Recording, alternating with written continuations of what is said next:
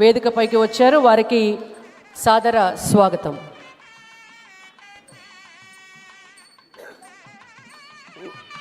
వారికి బొకే ఇవ్వవలసిందిగా వేదాంశి గారిని వేదికపైకి రావాలని కోరుతున్నాము.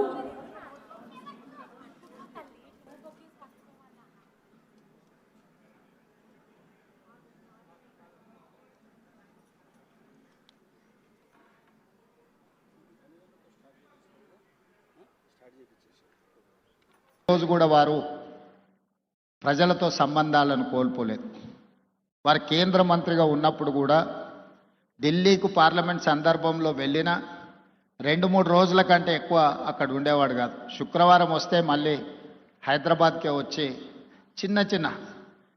చిన్న షాప్ లోకల్ కార్పొరేటర్ కూడా ప్రారంభోత్సవానికి రావడానికి వెనక ముందు చేస్తే పెద్దలు దత్తాత్రేయ గారు వచ్చి చిన్న గల్లీలలో పాండప్ప కూడా పేదవాడు ప్రారంభించుకుంటున్నంటే దత్తాత్రేయ గారు వచ్చి ప్రారంభించేవాళ్ళు.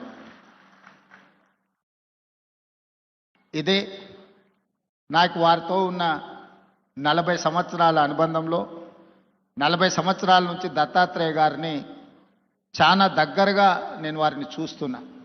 ఇంతకుముందు రాణి రుద్రమ గారు చెప్పినట్టు దత్తాత్రేయ గారి కుటుంబంతో పెద్దలు కిషన్ రెడ్డి గారి కుటుంబంతో నాకు చాలా సన్నిహిత సంబంధాలు ఉన్నాయి. అది అందరికీ తెలుసు. నేను మొన్న నీతి ఆయోగ్లో పాల్గొన్నప్పుడు ప్రధానమంత్రి గారితో మధ్యాహ్నం భోజన వేదిక మీద కూర్చున్నప్పుడు వారు చంద్రబాబు నాయుడు గారిని చూపించి ఆప్కే సాథీ ఇద్దరే అని అంటే నేను చెప్పా, నేను స్కూల్ మీ దగ్గర చదువుకున్నా, కాలేజ్ ఆయన దగ్గర చదువుకున్నా, ఇప్పుడు ఉద్యోగం రాహుల్ గాంధీ గారి దగ్గర చేస్తున్నా.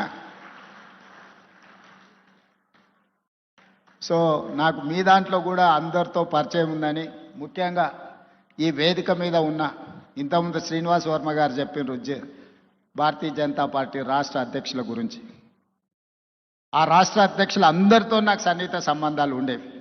ఇప్పుడు సరే రాజకీయంగా భిన్న ప్రయాణం, కానీ వ్యక్తిగత సంబంధాలలో ఎప్పుడూ లోపం కానీ ఎప్పుడూ ఆ సంబంధాల విషయంలో దాచిపెట్టాలన్న ఆలోచన కానీ చేయలేదు.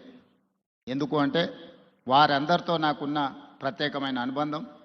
ఈరోజు తెలంగాణ రాష్ట్ర ముఖ్యమంత్రిగా మా మంత్రివర్గ విస్తరణ కార్యక్రమం చూసుకొని మంత్రివర్గ ప్రమాణ స్వీకారం చేసిన మా మంత్రులను కూడా మళ్ళీ రేపు కలుద్దాము. నాకు గవర్నర్ గారికి ఇద్దరికీ దత్తాత్రేయ గారి పుస్తకావిష్కరణ కార్యక్రమం ఉన్నది, అక్కడికి వెళ్ళాల్సిందే అని చెప్పి సరాసరి గవర్నర్ భవన్ నుంచి గవర్నర్ దత్తాత్రేయ గారి పుస్తకావిష్కరణకు రావడం జరిగింది. ఈరోజు రాజకీయాలలో ఒక్కసారి కార్పొరేటరు కౌన్సిలర్ అయితేనే వాళ్ళ జీవన శైలి విధానంలో చాలా మార్పు, ప్రజల సంబంధాలలో ఒక భిన్నత్వాన్ని ప్రదర్శించే పరిస్థితులు ఉన్నాయి. కానీ దత్తాత్రేయ గారిని చూసి నేర్చుకోవాలి. అజాతశత్రువు అనే పదాన్ని మనం పుస్తకాలలోనే చదువుకుంటాం, కానీ బండారు దత్తాత్రేయ గారిని చూసినప్పుడు ఆ పదము 100% వారికి సరిపోతుంది. జాతీయ రాజకీయాలలో అటల్ బిహారీ వాజ్పేయి గారికి ఉన్న గౌరవం రాష్ట్ర స్థాయి రాజకీయాలలో బండారు దత్తాత్రేయ గారికి ఉంది అని చెప్పి మనం ఈరోజు గుర్తు చేసుకోవచ్చు.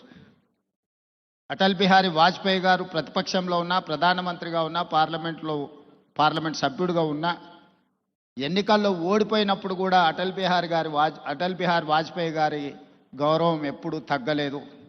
పదవులతో వారి గౌరవం పెరగడం, పదవి లేకపోతే వారి గౌరవం తగ్గడం ఏమాత్రం లేదు అని అటల్ బిహారీ వాజ్పేయి గారిని మనం ఏ విధంగా అయితే అనుకుంటామో అదే విధమైన పోలిక పెద్దలు బండారు దత్తాత్రేయ గారికి ఉన్నది.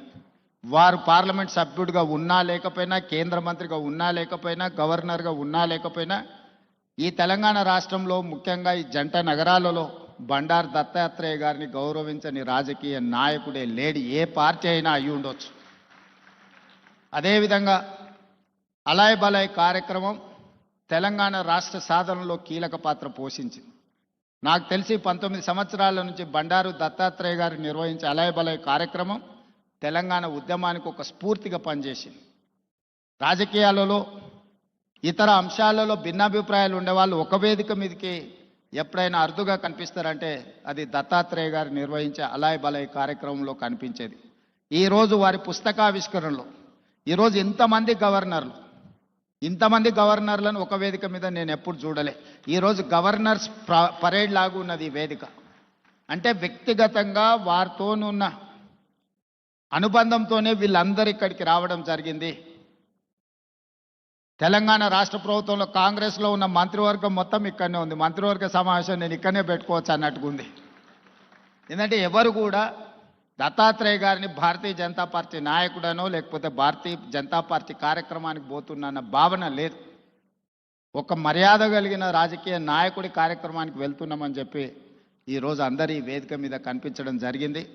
ఏది ఏమైనా వారి ఆత్మకథను, వారి జీవన శైలిని, విధానాన్ని నూతనంగా రాజకీయాలలోకి రావాలనుకున్న వాళ్ళు పరిశీలించవలసిన అవసరం ఉన్నది. నేర్చుకోవాల్సింది చాలా ఉన్నది.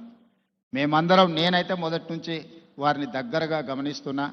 హైదరాబాదులో పి జనార్దన్ రెడ్డి గారు, బండారు దత్తాత్రేయ గారు పేదల గుండెల్లో చిరస్థాయిగా ఉంటారు. ఎవరికి ఏ కష్టం వచ్చినా, ఎవరికి ఏ బాధ ఉన్నా అది తీరుతుందో తీరదో తెలియదు, కానీ కష్టం వచ్చినప్పుడు వాళ్ళకు గుర్తొచ్చే నాయకులు ఇద్దరి జంట నగరాలలో. ఒకరి పి జనార్దన్ రెడ్డి అయితే, రెండు బండారు దత్తాత్రేయ గారు.